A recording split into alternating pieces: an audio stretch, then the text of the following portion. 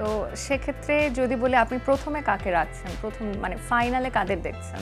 আচ্ছা আমি বলি, আমি কিছু তথ্য দিয়ে আপনাকে বোঝাই। অবশ্যই। যেমন এই ওয়ার্ল্ড কাপে যত টিম খেলেছে এই পর্যন্ত ফ্রান্স ইজ দ্য বেস্ট, কিন্তু একটা মনে রাখবেন ওয়ার্ল্ড কাপে আপনার 50% লাকের প্রয়োজন হয়।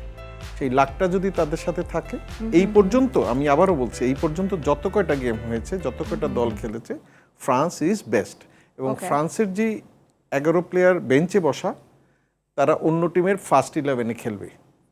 আপনি দেখেন ব্র্যাডলি বার্কোলার মতো প্লেয়ার, সে সাবস্টিটিউশনে আসে, ওয়্যারএস সে কিন্তু পিএসজির একদম ফার্স্ট 11-এর প্লেয়ার।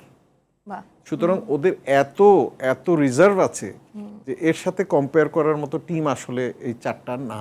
আচ্ছা, এই হলো এক। দুই, আবার আসেন স্পেন। লাস্ট 36 ম্যাচ কিন্তু তারা আনবিটেন, এবং এই ওয়ার্ল্ড কাপে ফার্স্ট গোল কিন্তু একটাই খেয়েছে বেলজিয়ামের সাথে। তার মানে তাদের ডিফেন্স সেই রকম। এবং এখন পর্যন্ত লামিন ইয়ামাল তার ফুল 100% দিয়ে খেলতে দেখিনি আমি, যদি সে জ্বলে ওঠে। এবং তাদেরও যে মিডফিল্ডার ডিফেন্স আছে, এটাকে ব্রেক করা মানে হিউজ টাস্ক। বাট ওদিকে আবার দেখেন ওসমান ডেম্বেলে, এমবাপ্পের কথা তো সবাই জানে, ওর কথা না বলি। তারপরে মাইকেল ওলিসি, এই ছেলেটা মানে আমার চোখের সামনের একজন বিরাট স্টার।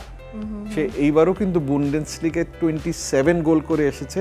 এখানে সামহাও গোল পাচ্ছে না, গোল পাওয়াটা বড় ব্যাপার না, বাট ও যা খেলে দিচ্ছে এবং ও যা খেলছে তার কারণেই কিন্তু এমবাপ্পে এতগুলো গোল দিতে পারছে। তো সুতরাং ফরওয়ার্ড লাইন নিয়ে ফ্রান্সের কোনো ঝামেলা আমি দেখি না। বাট চৌমিনি আপনার ইনজোর্ড হওয়াতে মিডফিল্ডটা সামান্য, আমি বলছি না তেমন, সামান্য একটু নড়বড়ে হয়েছে, সামান্য।